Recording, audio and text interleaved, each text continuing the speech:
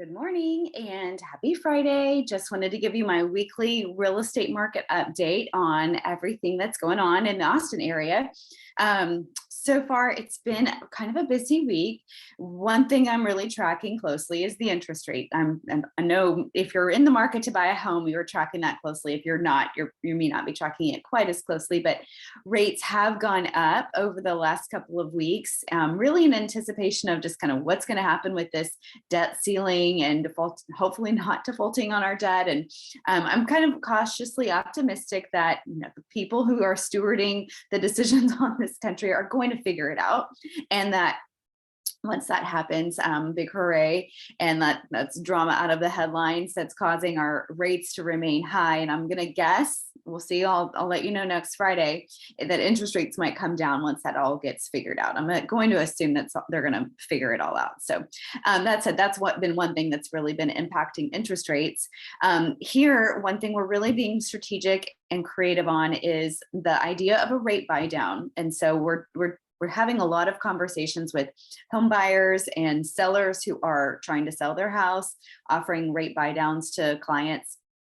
And really, it's a really great option, because what that does is it helps you take what your current rate is. So right now, if your qualifying rate is 6.875, which is, relatively high, doing a 2-1 buy down would basically buy your payment down to being like a 4.87 rate for year one, and on year two a 5.78 rate in year two. And then by then, rates were probably most likely going to have settled and stabilized. Then a buyer's plan would be to refinance their interest rate at a much lower stable rate. So we're seeing that as a really good option. That really, when I'm looking at the numbers, that first year payment savings, depending on your price point, if you're in that like $600,000-$700,000 price point, we're seeing that payment really makes a difference by a couple $100 a month. So that's honestly a really great way when we have sellers who are a little bit more firm on price because their price is in line with market, but still isn't moving, and a buyer wants to negotiate. It's a really great way of compromising, where we'll ask the seller to donate an amount of money to use it towards a rate buy down. So the buyer wins because the payment's lower. The seller wins. They didn't have to sacrifice a ton of equity to get that home sold. So those are the really creative, strategic conversations that we're having quite a bit, and seems to be really effective at just being able to help people bridge the gap and come together and create a scenario that everybody's happy with. So overall, market's just kind of pretty stable. I wouldn't, just very not a whole lot of marketable movement. We're still seeing a lot of price reductions.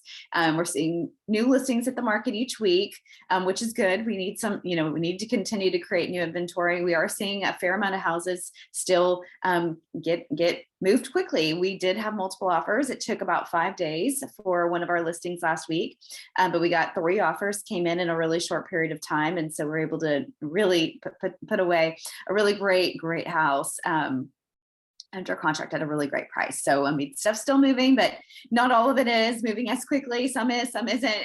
So it's almost like a case by case situation. So I'm always happy to advise and counsel and answer any questions you may have. And have a great Friday. Have a great Memorial weekend. Enjoy your time with loved ones and remembering those that we lost. And I'll come back to you on next Friday. Talk to you later.